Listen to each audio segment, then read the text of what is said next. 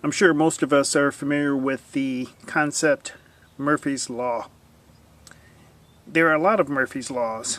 The most popular Murphy's Law is that if it can go wrong, it will go wrong, and at the worst possible time. Another Murphy's Law that's popular is nothing is as easy as it looks. And that certainly is applied as far as this build is concerned. What I wanted to do is I wanted to create suicide opening doors. And it was going to be necessary to build hinges that would enable the rear doors to open suicide style. I couldn't use the original hinges because the original hinges would have been mounted right here, and because I've combined two cabs together and I've cut off the front fenders of the cab and reversed them and turned them around, and then I've attached them in the center, or actually the back end of each cab. At any rate, so the mounting post has been removed, and that would have necessitated my making brand new hinges, which would have mounted right here.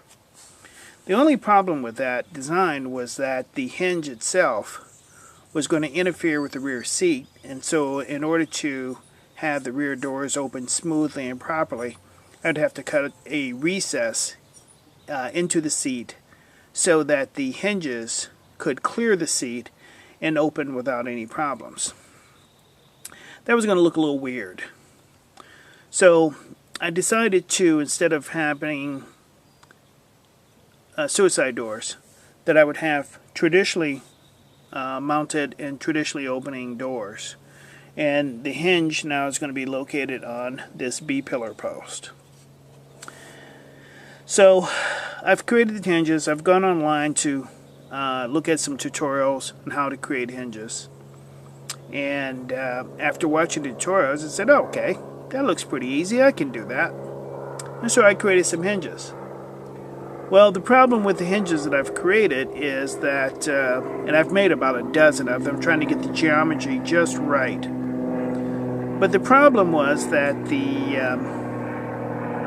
the hinges do not allow the door to open smoothly, so it doesn't come in contact with this pillar.